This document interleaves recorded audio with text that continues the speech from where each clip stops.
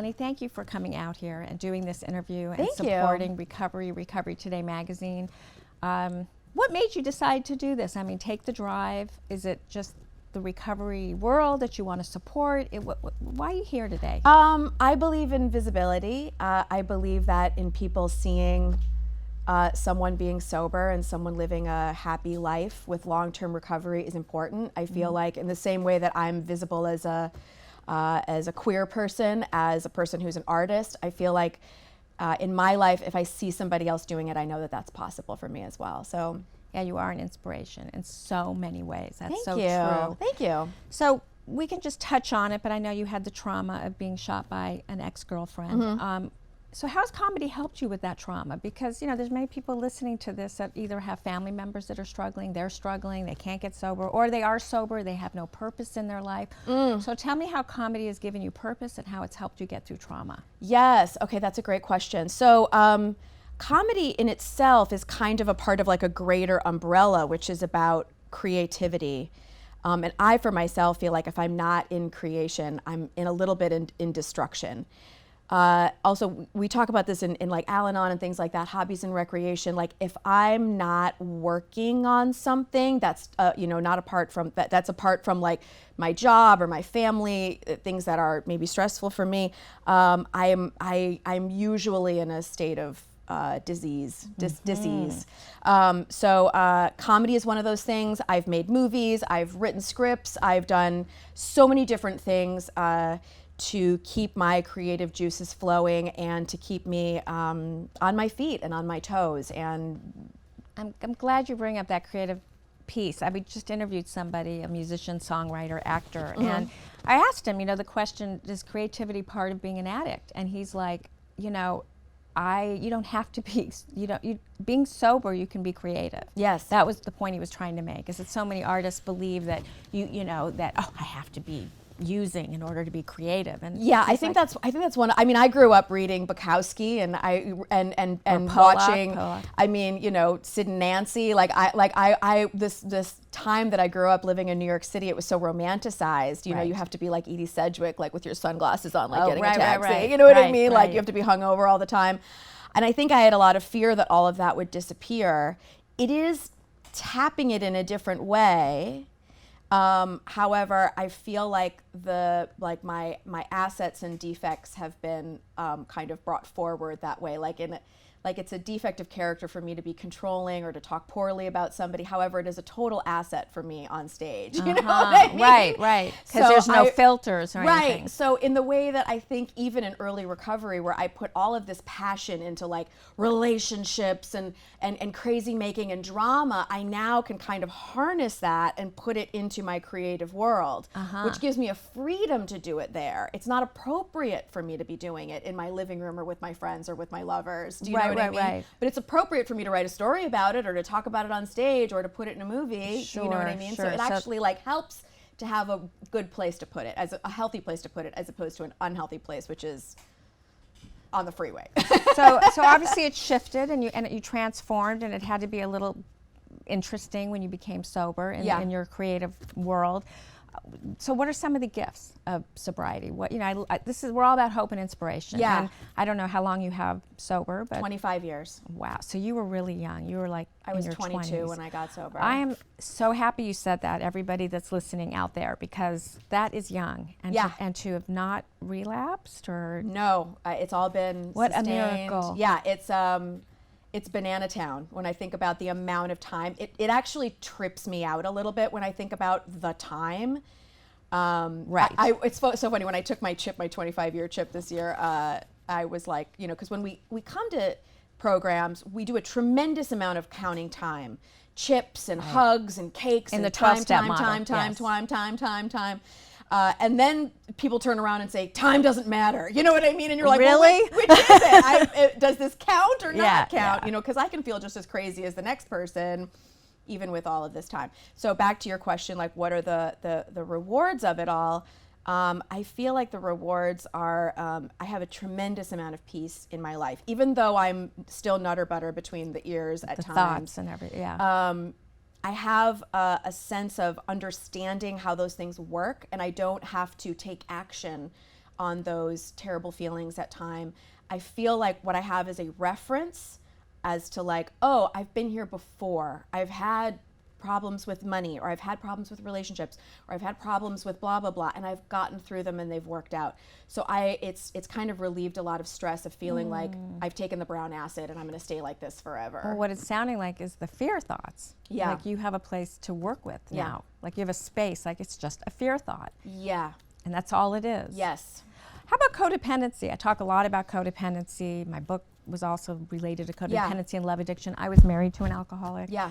Do you think that also is underneath a lot of addiction? Because Oh my God. I believe it is. Yes, 100%. I feel like I was able to get sober young. However, my sober story is worse than my drinking story, only because of relationship issues. And so I feel like I was able to get sober, and I don't want to say this word easily. Do you know what I mean? I struggled deeply with relationships in recovery. Like deeply, love deeply, addiction, all of it, codependency, all of it. It has been the most painful, one of the most painful and challenging things to deal with. So I go to, relationship programs and sponsors in those areas, working the steps in those areas. Okay. And I've done all that for many, many years. And I feel like I've had great success there. I'm happily married. I have a beautiful, wonderful wife, and we have a fantastic relationship. I don't think that, thank you. I don't think that would be there without a tremendous amount of work in the area of relationships. Right. Well, we see that. We see the codependency, and we see a lot of early trauma that affects not only our, the addiction, but these addictions. Yes. The abandonment or the neglect or the early, all of it. Whatever you've been through, whatever your story is. And we don't really have to go there. Right. But what was it that finally shook you up and, brought you to your knees? Like, it's time. Like, this is the turning point. Amazing question. It happened. It took many, many, many years into my recovery. I didn't know that I was gay. I had absolutely no self-awareness as to what made me happy or really. I don't even know what it is. Brainwashed by growing up in the Midwest. I had no idea that I was even a lesbian, right? Well, I'm about 10, 12 years older than you, and we didn't even know what it was. Yeah, I mean, it wasn't even something we talked about. It wasn't on TV. It wasn't a part of the collective consciousness. It was okay. Right. So it took me a while to figure that out, and I figured that out about 2 or 3 years into my recovery. Then after I got shot by my girlfriend, I then had a couple more relationships after that were so tumultuous and painful that I actually questioned my sexuality, and I said, maybe I'm not gay. Maybe being in a relationship with these women, the women that I've chosen, is so painful and so terrible, I'm just gonna open this back up. So I went back to men, and I had a child with a man. And in that relationship, however, that move of outside stuff, rearranging outside stuff, was supposed to fix me, but it didn't. In fact, it got 1,000 times worse, because that was supposed to fix me. So in trying to rearrange the outside stuff, not the inside stuff, right, I ended up at a bottom at 12 years, which was one of the hardest places to be, because I had time, but I couldn't pick up or use. I had enough knowledge not to, but I was in hell, it was terrible. So then I went to Al-Anon, and I went to the money program during that time. Okay. And those helped me tremendously. And through working the steps and getting clarity in those areas, I was able to then find you. Yes. Oh my God. This is the authentic me. Right. So I think that what we do is we try moving around all the stuff on the outside first. Let's see if all this stuff works, and then the inside is always the last stop. You know what I mean? It's not going to change. It was all inside stuff in the end that had to change in order to fix that. I mean, there is a great population of gay, lesbian, and alcoholism addiction. I mean, it's a reality, and it's sad because there's still shame out there. Here we are, 2019, and there's still a lot of shame around it. Absolutely. It's changing. I mean, it's changing, but absolutely. Also, too, it's also the dynamic of it. I mean, when I was coming out, that's where your community was in the bar. So it'd be very difficult to find somebody who was gay or that's queer, such a good point. or without being like, oh, I know that they're at that gay bar, so then you go, and then the drugs are mixed in there. That's a good point. So you're looking for your community, and you're looking for your people. And I certainly had a lot of challenges with that, being a sober person, and then all of the stuff with at the time when I was coming out was the gay community was at the bar or in drinking functions. Right. Wow, what an interesting journey you've had. So you're a comedian. You also are a publicist consultant. Yeah, PR consultant. So maybe you could just talk a little bit about that and how people maybe could find you, because we have lots of authors and experts and transformational leaders that watch or listen to our magazine. Yeah, so I do stand-up comedy. That's my but I've done many things. I've made movies and what have you, and it all started as I was a dancer and an actress, so I've kind of done it all, but it currently it's all kind of, I've always been a storyteller is what it's always been, right? Okay. So currently, I have a comedy special out, and I just recorded something for Amazon called Laugh After Dark, which will be out in the summer. Of course, congratulations on that too. Thank you so much. MelanieVesey.com is always where people can watch my stuff and contact with me. However, in working, being a working person, I was a publicist for years, and then transitioned into having my own company called Promotional Rescue, and I teach usually other artists and or creative business owners. So yes, writers, life coaches, people. It's not just like selling insurance. People that have a creative usually side to their mind or a spin to it. How to promote themselves. Because they don't learn that when they write a book, by the way. No, right? No one teaches you that. No, they don't. And also, too, it's the same thing about that visibility and I've had a lot of clients who've struggled with this so deeply, where the being visible or being vulnerable, they feel very uncomfortable. Especially a therapist. All of it, right? So, because you don't know where to ride that line with, and then, so they do all of this work, and what happens is, and what I've seen over and over again, and why I'm actually like kind of pretty passionate about it, people work on this project, whether it's an album or a book or a movie or what have you, and they put all of their energy into it, and then they're like, they run out of gas before it gets to an audience. They're really burnt out. Or they then are scared to show it to an audience. They're so afraid of being ridiculed or it failing or what have you. So I find that people take their foot off the gas and start to put it on the brake around that time. That's when I come in. I'm kind of like a PR sponsor. So I take people through the steps of like how to put it online, how to support them through the process, how to support them through the good stuff and the bad stuff and whatever comes up through this process, because you do need support at that time. You're so right about the vulnerability in the story. I mean, it's one thing to go to, let's say, an AA meeting and say, hi, my name is such and such. Right. But how do you do that through a book and then putting yourself out there for, like you said, the ridicule? Yeah. It's one thing to be in your little world writing your book, but now you've got to tell your story. So someone out there who has a story to be told, what would you say to them? Maybe it's a recovery story. You've got to figure out how to tell your story, this is my opinion, in a way that is most helpful for an audience, right? So if you can, in a way, turn it into a universal topic, right? So even in telling our stories, like the reason why I'm here today, like, I'm telling my story to let people know, like, you can have a great life and also take some serious hits in your life and come back from it and have it be okay. I really do feel like in being of service in the end it's never gonna hurt you. So funny, I just ate at Trejo's Tacos last night. Do you know about him? Yeah. And that he became an actor because he was on a 12-step call. Do you know this? No, that I don't know. So he was being of service to this guy who was on a movie, and they were like, this guy's having trouble. So he went to the movie set to go be of service to make a 12-step call. And that's how they career... put him in the movie, and that's how he became. Oh, Danny Trejo. Yeah, Danny Trejo. Oh, wow. And so I always think about that when it's time to be of service, the hand of AA or the hand of anything, where it's like, I'm just here to support you. And I really feel that people can get sober in a million different ways. There's so many different ways that you can do this. This is such a God shot, because in the last interview, the same story, we were talking about this, that if you just, no matter what you want to do, even if it's being an actor or a musician or a comedian, and you can't get that role, go teach somebody else how to do that. Yeah.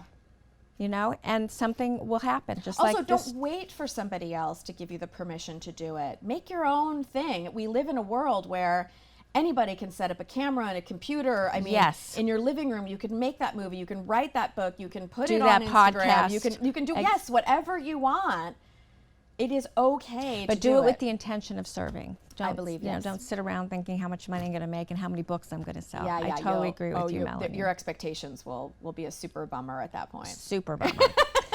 So what would you say to that person possibly still struggling, looking to find we talked about your purpose. Someone out there just, what's the point? What's the point? Oh my God, I have those thoughts still still, you know what I mean? Sometimes when things get dark. I think the point is, I know that in my deepest, darkest times, I find that this self-care is usually what gets me into the trouble, right? So I'm not taking care of myself. Right. So how can I take the smallest action? And I had a sponsor in New York who is totally like, half measures avail me everything, right? Right. So if you're struggling, and for me sometimes it's a lot of that perfection, right? Like I'm not doing it perfect, or it's not going to work, or nobody cares. How can I just take the smallest action to get through that day? And I always say I've got 2 goals. I've got to get to noon and I've got to get to midnight, right? So you've only got today. We don't know what's going to happen tomorrow. We really, really don't. That's also to say, don't live like there's no tomorrow, right? So you still want to build. You want to build on the good things that's happening in your life. But like, if you're in that depleted spot, what's going on with you? How are you not taking care of yourself? And sometimes I feel like everyone just needs a sandwich and a nap. You know what I mean? Like, you know, that's simple. It really is. And I remember like in times when I remember once I was really struggling in recovery, and this lady took me outside and she was just like, how's your caffeine intake? And I was like, what? And she was like, no, seriously, like, what's going on with you? What are you eating? What are you right, putting and it into was your like, gut? it was one of those things where I was like, oh my God, how simple. And I think about it now where I'm just like, oh my God, sometimes it's just a good cup of tea. And if I can just, I don't know, do one thing that day, if it's just send one email, if it's just make one phone call, great, it's okay. And I maybe love your tomorrow is honesty, gonna be Melanie. different. I mean, you're putting out there that, you know what, there are dark days sober, and that's just what it is. Yeah. It just is what it is. It doesn't mean you have to go out and use or No, drink. you don't have to take action on those terrible feelings. They're And just- they are temporary. They are. They really are.